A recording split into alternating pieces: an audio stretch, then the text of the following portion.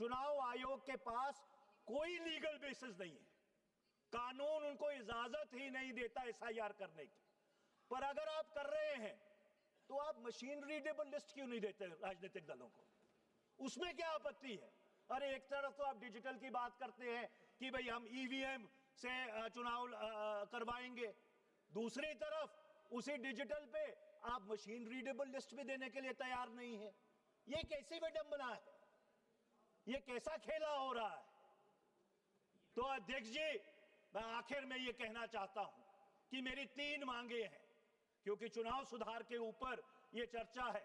सबसे पहले तो वो इलेक्शन कमीशन के अधिकारियों का चयन करने का कानून बदलिए, उसमें नेता प्रतिपक्ष को शामिल कीजिए राज्यसभा के, और नामजद तौर पे चीफ जस्टिस ऑफ इंडिया को शामिल कीजिए। जब बैलेंस रहेगा तभी तो क्या कहते हैं खेल ठीक होगा ना। और दूसरा, ये एसआईआर बंद कीजिए।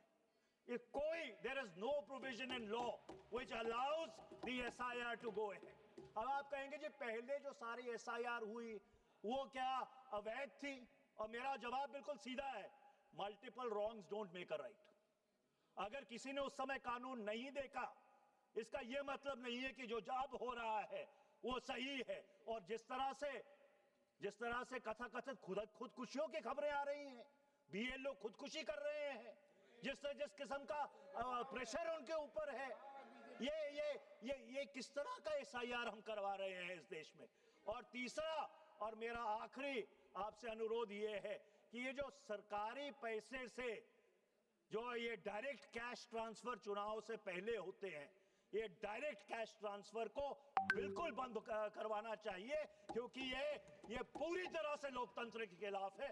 आपका बहुत बहुत धन्यवाद अध्यक्ष जी, आपने बहुत धैर्य से सुना।